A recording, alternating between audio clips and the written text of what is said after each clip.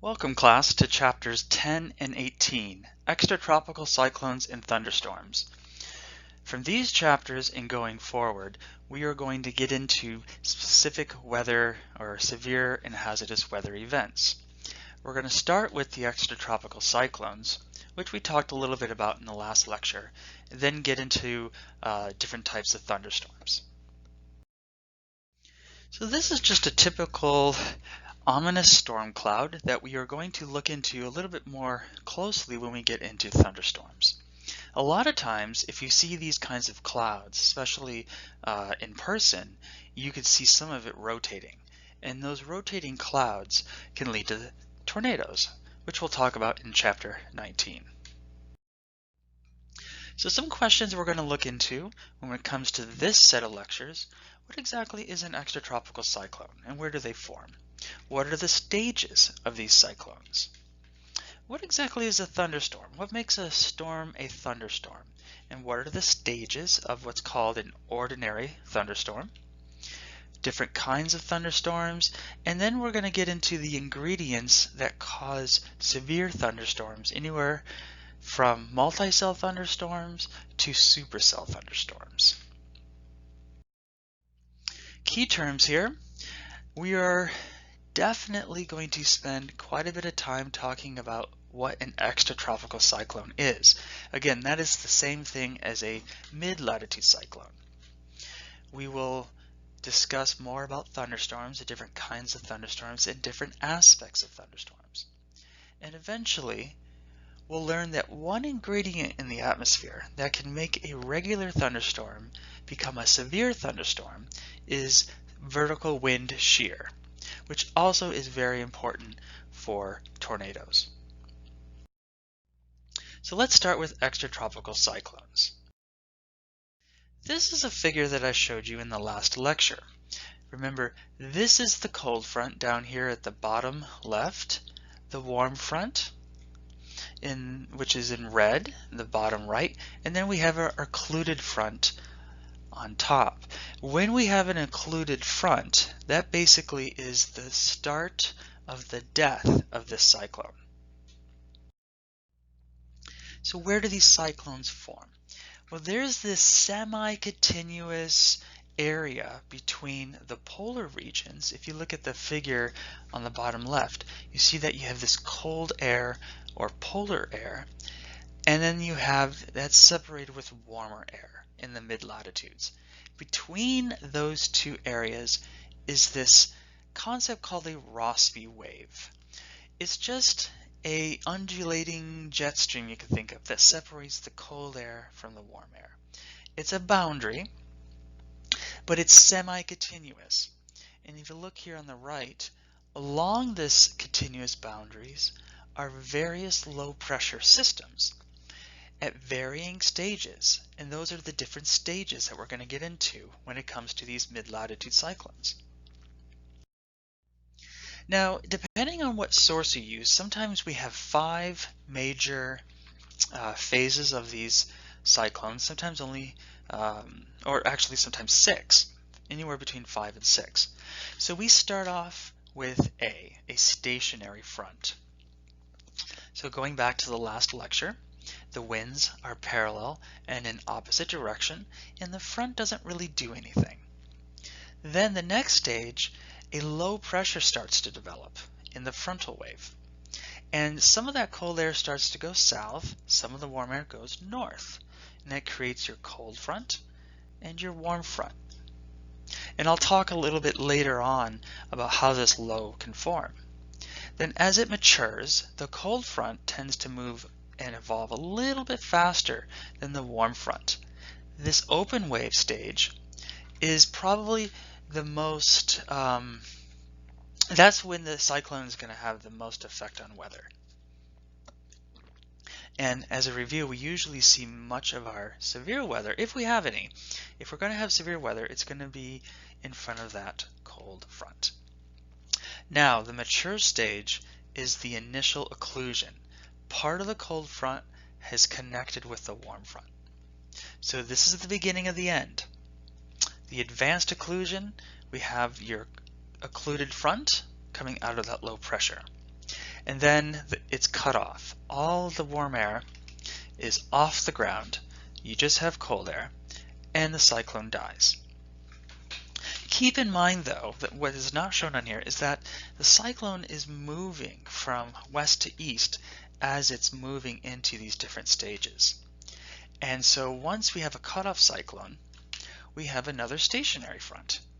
And so the whole process can start over, but it's not going to start in the same location. It's not going to be here in the United States. It might be over the North Atlantic and then over Europe, etc., etc. So why does that low pressure system form to begin with? Well, like in the last lecture, we have to have some kind of divergence aloft, which is usually to the right of a trough, which has air that is rising, and that air rising can create your low pressure system. These are textbook examples. In the real world, it could be a little bit more messy because we're dealing with air. Air moves, a little bit more chaotically than what you're seeing here in these diagrams, but this is a good place to start to try to understand some of the physical processes behind these storms.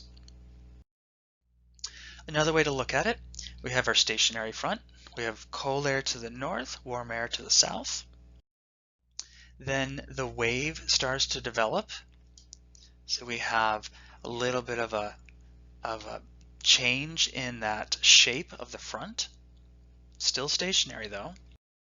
But now, once the low pressure has been formed and we have our cold front and warm front separated, we start to get the robust nature of these cyclones. Then the occlusion starts to form, and it's starting to decay. And eventually, when the occluded front really gets large, we can have even more death to the until eventually you notice that the warm air is on top and the cold air is at the bottom. It stabilizes everything and the cyclone disappears. Essentially, anytime we have severe weather, in the classic sense, like these extratropical cyclones, hurricanes, tornadoes, severe thunderstorms, it's nature's way to try to restore balance and stability. If we're back into stable conditions again, we usually don't have our classic severe weather. The reason why I say classic is that we can loosely define severe weather to include other things like Santa Ana wind events, which actually do happen in stable conditions. This is the general storm track. Usually these extratropical cyclones, they start to form off the Pacific, in the Pacific Ocean.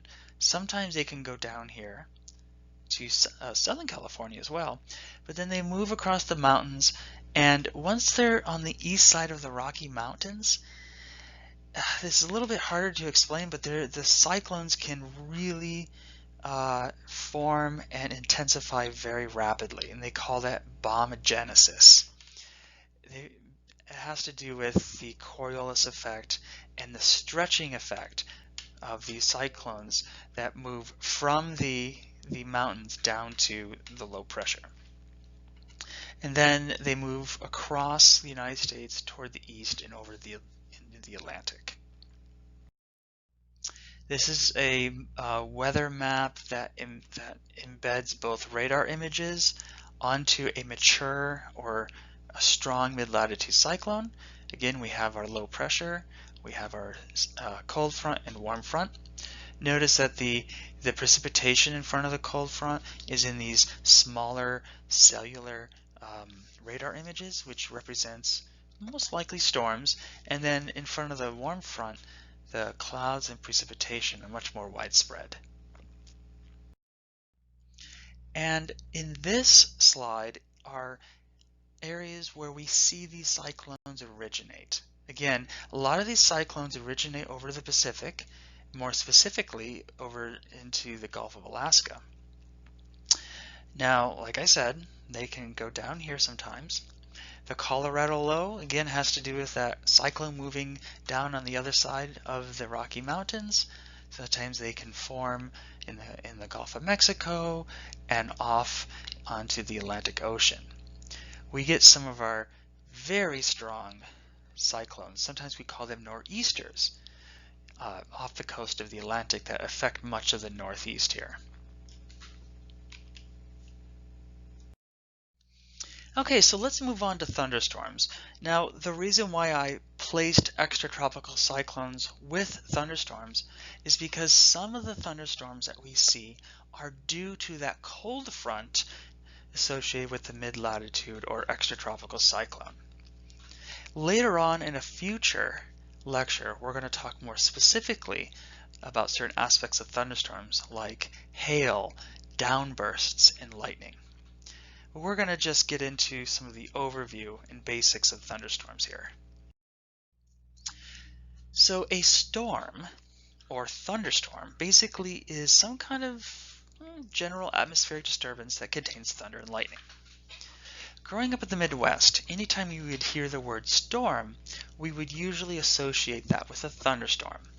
Here in California, though, a storm can include these winter rain events that we have, which usually are part of this larger mid-latitude or extratropical cyclone.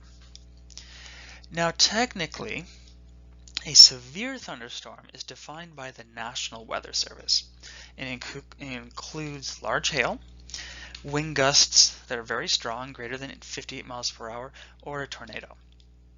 But because thunderstorms can also have some damaging effects, we're going to talk both regular thunderstorms and severe thunderstorms.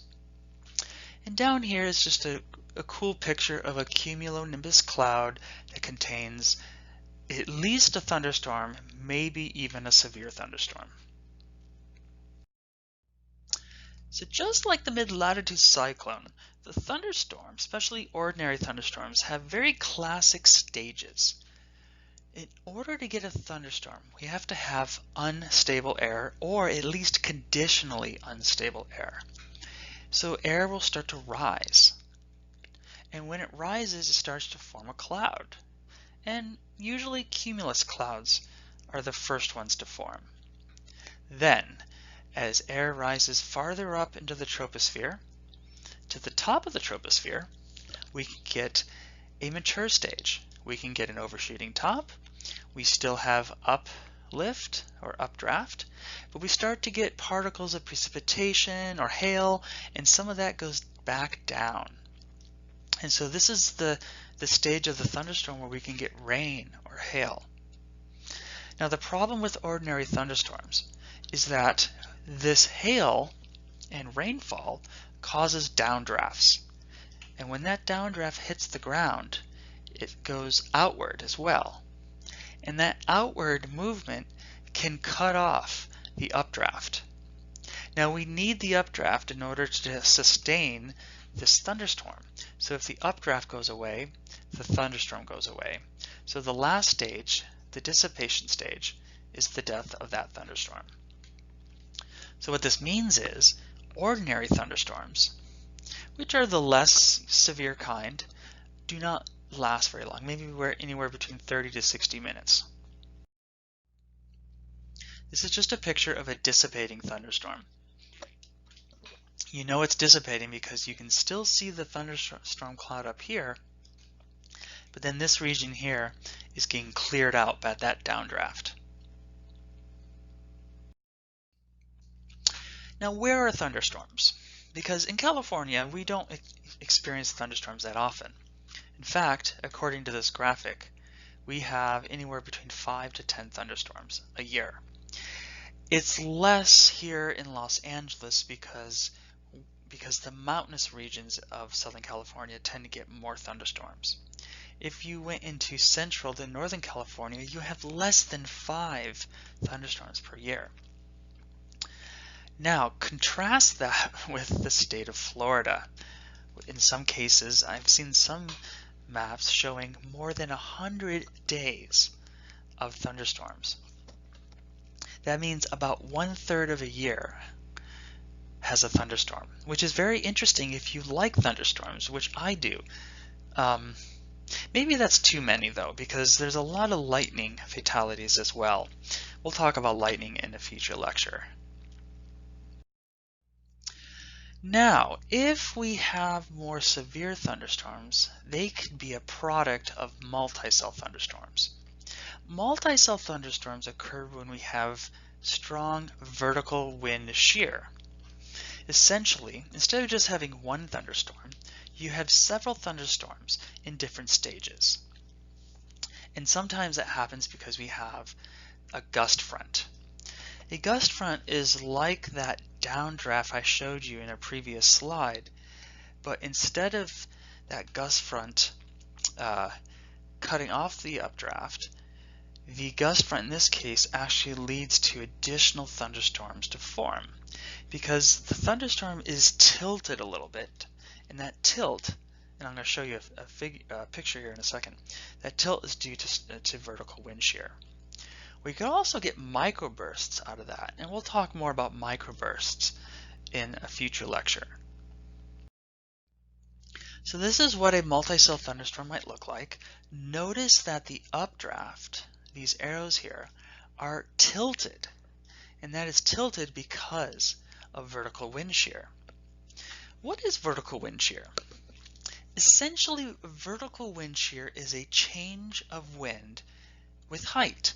So we can have, often we have slower wind at the surface, and then we have faster wind as you go higher up.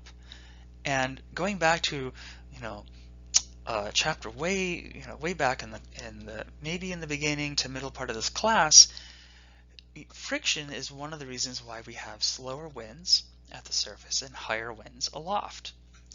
Also, it could be a change in wind direction. Wind direction changes are often a key ingredient for tornadoes. But for multi-cell thunderstorms, if we have this tilted updraft, then when the warm moist air hits the gust front, or this cold downdraft, it actually glides over it and can actually start to form a new thunderstorm. So this here that I just highlighted is a new thunderstorm, a developing cell, where the one that you see on the left is a mature. We have our classic cumulonimbus cloud and that overshooting top that can be, very temporarily in the stratosphere. This is it's a little grainy, but this is a cool image of what some of the clouds look like near this downdraft. This over here is where the downdraft is occurring with precipitation, and the updraft is actually riding over this cloud. This cloud is called a shelf cloud, one of many interesting clouds that form in and around thunderstorms. Remember in a previous lecture I showed you a roll cloud, showed you a picture of that? So this is one of the ways a roll cloud can form. With this cold downdraft, especially if it becomes a gust front, strong wind moving horizontally, it can cause that, again, that updraft, that warm air to go upward. But if there's any kind of, let's say, disturbance or any kind of rotation, it can accelerate that rotation in what's called a roll cloud. Now this isn't the reason why we have tornadoes. Don't get that confused. We'll talk about how vertical wind shear can cause tornadoes. But in this specialized case, it's kind of like turbulence when you are flying in an airplane. A little bit of rotation can cause these clouds to rotate as well and form these interesting roll clouds. On radar, we can get a line of thunderstorms. So what you're seeing here in this entire image is the linear fashion of these multi-cell thunderstorms. Sometimes these thunderstorms can become a bow echo. So a bow echo is quite interesting. It has a characteristic radar return, and sometimes they come from mesoscale convective systems, which we'll talk about maybe later, or maybe we won't have time. These systems can produce very severe straight line winds and sometimes tornadoes. So a bow echo, again, is associated with these linear thunderstorms, which are sometimes called squall lines. They range in various sizes and can last 3 to 6 hours. Bow echoes actually tend to have very moderate to strong wind shear, and this straight line wind that is associated with the bow part can be very strong. A few years ago, we had a bow echo, a straight line wind event from multi-cell thunderstorms right here in the San Fernando Valley. It happened at night, but I remember I had an umbrella in my table in my backyard, and the umbrella ended up in the pool, upside down. That's how strong the winds were. So take another look at this. One of the reasons why we have these strong winds is something that has to do with this rear inflow jet. The formation of this bow echo requires this rear inflow jet. The strength of the cold pool or a meso high, which we're not going to get into too much, can actually allow this jet to sink along with the falling precipitation. And if we have evaporation, let's say it's dry at the surface and we have evaporation, remember, evaporation cools the air, and that cold air will sink even more and cause these winds to become even stronger. Now, over time, after the rear inflow jet has become has formed a bow echo, the end vortices could actually produce small tornadoes, or something called gustnadoes, which are non-supercell tornadoes. It's quite interesting. Okay, supercell thunderstorms now. Supercell thunderstorms are quite different from regular thunderstorms. Supercell thunderstorms have a rotating updraft. And when we talk about tornadoes, I'll get into why this rotates. But we need that vertical wind shear. And because it's rotating, the outflow never really undercuts it or even necessarily interacts with the updraft. If the outflow or downdraft interacts with the updraft, sometimes that can produce a tornado. But we don't exactly know what causes tornadoes, which we'll talk about in chapter 19. What we do know is that if we have a supercell thunderstorm, the chances of having a tornado, at one point we thought was about 50%, but we're learning now that maybe it's as low as 20%. But we still have a chance. So when a forecaster sees a supercell thunderstorm, they often issue tornado warnings. Now there are a lot of false alarms which can have a problem in its own, but nonetheless the chance is there. So how do supercell thunderstorms form? Well, we need 4 major ingredients. I say conditionally unstable because in nature, conditionally unstable is the most common type. Absolutely unstable is actually much more rare. So if we have conditionally unstable air and we have a trigger mechanism, so what a trigger mechanism means is some form of lifting mechanism. Let's say we have a cold front, and let's say this cold front lifts the air so that it becomes a cloud. Now, once it's a cloud, it's unstable. Going back to a previous chapter, that's what conditionally unstable is. We also have to have moist air, and there we go again. We need a strong wind shear. This wind shear is crucial in creating this rotating updraft. If you look at a sounding or a skew-T diagram, this is sort of the first step that you want, or the first tool that you want when it comes to predicting or assessing your risk for supercell thunderstorms and eventually tornadoes. We need, notice here at the bottom, we start with winds coming out of the southeast, and they're fairly light. But then in the upper atmosphere, their winds are coming from the southwest, and it's strong.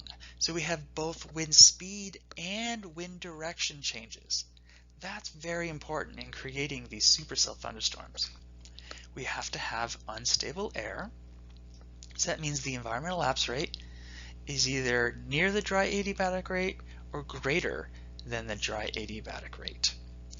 A capping inversion is something that we're not going to get into in this class, but it's kind of like a pressure cooker. It can keep thunderstorms from forming for a while, and then once the daytime heating really creates an unstable atmospheric condition, it's like a pressure cooker. You take that lid off and it suddenly thunderstorms explode and form very rapidly.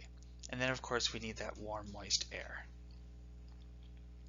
And a part of that warm moist air is coming from the Gulf of Mexico, which is why when the winds are from the southeast, let's say in the Midwest, that southeasterly wind will carry warm moist air from the Gulf of Mexico north into the Midwest. Areas where supercell thunderstorms are likely going to form: in front of dry lines, as I mentioned in a previous lecture, in front of cold fronts, and sometimes near the boundaries of where a cold front and a warm front meet. These are historically where we find these supercells. And the trigger mechanism doesn't necessarily have to be a front. It could be a boundary from a previous thunderstorm. Boundaries are just very loose terms that we use in meteorology. A boundary is some kind of dividing point between air of different properties. The outflow from a thunderstorm can be a boundary. Here's another look of this is actually the first sort of textbook diagram of a supercell. This is very simplistic, but it gives you the idea that we have this rotating updraft in the middle, and we actually have two downdrafts, a rain-free downdraft, rear flank downdraft, and much more precipitation is included in the forward flank downdraft. And if we do have a tornado, then there's inflow that goes into the updraft that helps create that tornado. There's also a wall cloud. Seeing a wall cloud is spotting that supercell thunderstorm. But is there a tornado coming out of that supercell thunderstorm? We don't know. Sometimes we have to have storm spotters go out and actually look at it in person. Okay, this is a little bit more realistic, although it's much more dynamic. But what we see here is still your downdraft, two downdrafts, and then your the Mesocyclone is another name for a supercell thunderstorm. Notice how the upper level and mid-level winds are changing direction. And if there's a tornado, there is one theory that the downdraft and updraft are sort of interacting with each other in some way to create that tornado. Future research hopefully will explore the lower atmosphere near a tornado, which is very hard to do.